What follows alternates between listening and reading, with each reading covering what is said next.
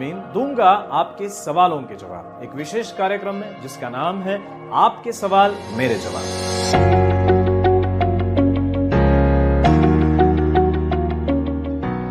Hello friends, welcome to this series जिसका नाम है आपके सवाल मेरे जवाब। यहाँ पर मुझे बहुत सारे प्रश्न आ रहे हैं। उसमें से एक प्रश्न है जो कल्याणी मैडम ने पूछा है, जो कानपुर की रहने वाली है। वो लिखती है कि मुझे पिछले 10 सालों से शुगर की प्रॉब्लम है। मेरे शुगर लेवल खाना खाने के बाद 220 या 230 तक बढ़ जाता है। डाइट में मैं कौन से चेंजेस करूं जिससे मेरी शुगर लेवल्स कंट्रोल में आ जाए। ये बहुत ही इंपॉर्टेंट क्वेश्चन होता है। अक्सर बहुत सारे पेशेंट्स के सामने ये प्रश्न खड़ा हो जाता है कि खाने के बाद उनकी शुगर बढ़ जाती है। तो प्रश्न रहता है कि मैं ऐसा कौन सा खाना खाऊं जो मेरी ब्लड शुगर्स नहीं बढ़ाएगा। बात करते हैं सबसे पहले खाना खाने के बाद ब्लड शुगर्स क्यों बढ़ती है। जैसे हम कब कुछ खाना खा लेते हैं वैसे ही उस खाने में से शुगर्स हमारे ब्लड में आने लगती है। अगर हम हाई ग्लाइसेमिक इंडेक्स वाले पदार्थों का सेवन करते हैं तो खाना खाने के पश्चात तुरंत हमारे ब्लड में शक्कर आ जाएगी और हमारी ब्लड शुगर लेवल्स बढ़ जाएगी। इसीलिए हमें यह प्रयास करना है कि जो कुछ हम खाना खाएं वो लो ग्लाइसेमिक इंडेक्स वाला होना चाहिए। ग्लाइसेमिक इंडेक्स का मतलब है कोई भी खाना खाने के पश्चात ब्लड शुगर कितने फास्ट बढ़ती है उसके अनुसार ग्लाइसेमिक इंडेक्स डिफाइन किया जाता है।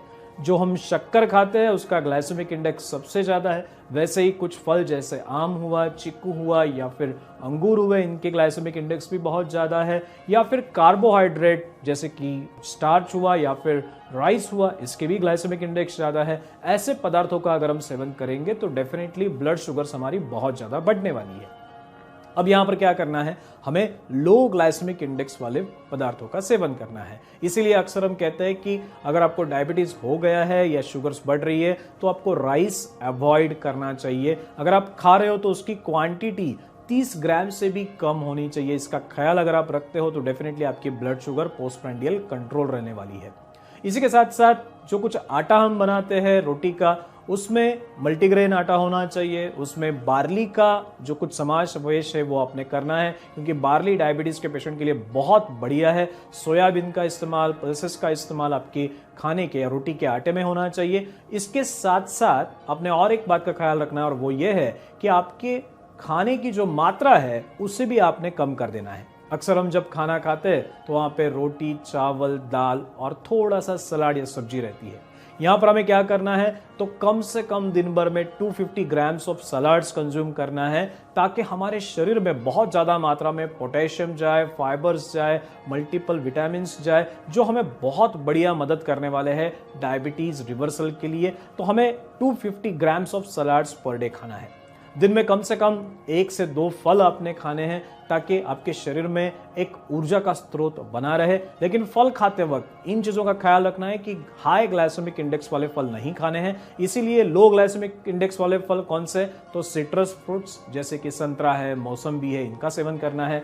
अनार का सेवन आप कर सकते हो, कच्चा पपीता आप खा सकते हो, अमरूद आप खा सकते हो, इनका सेवन आप कर सकते हो। लेकिन आम हो या फिर चिक्कू हो, केला हो, अंगूर हो, इनको आपने अवॉइड करना है। तो एक पॉइंट हुआ ग्लाइसेमिक इंडेक्स का, लो ग्लाइसेमिक इंडेक्स वाले आहारीय द्रव्यों का सेवन करना है। दूसरा है पोर्शन कंट्रोल।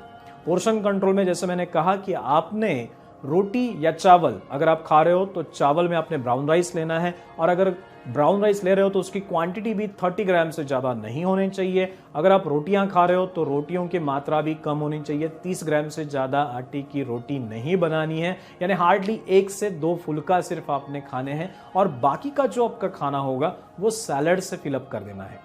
यानी खाना खाने से पहले सबसे बढ़िया सैलड की एक फुल प्लेट आपने खा लेनी है, और उसके बाद बचा हुआ जो कुछ आपकी भूख है वो आपने रोटी और सब्जी के साथ पूरी करनी है। दाल आप खा सकते हो, स्प्राउट्स आप खा सकते हो। अगर ये आहारीय तत्व हम फॉलो करते हैं तो डेफिनेटली आपकी खाने के बाद की शुगर जो 230 तक बढ़ रही है वो डेफिनेटली 230 के जगह पे 160 या 150 के नीचे आने लगेगी सिर्फ कुछ हफ्तों में। यहाँ पर आपको अगर महसूस हो तो माधोबाग की मदद भी आप ले सकते हो, जो बहुत ही बेहतरीन तरीके से डायबिटीज रिवर्सल करने के लिए सक्षम है। तो मुझे लगता है आपको आपके सवाल का जवाब मिल चुका है। ये सारी चीजें अगर आप करते हो डेफिनेटली आपकी ब्लड शुगर्स भी कंट्रोल में रहेगी और आपको होने वाली दिक्कतों से भी आप जल्द से जल्द छुटकारा पा सकोगे। बने रहिएगा हमारे साथ, ऐसे ही सवाल पूछते रहिएगा, हम उसके जवाब आप तक भेजते रहेंगे।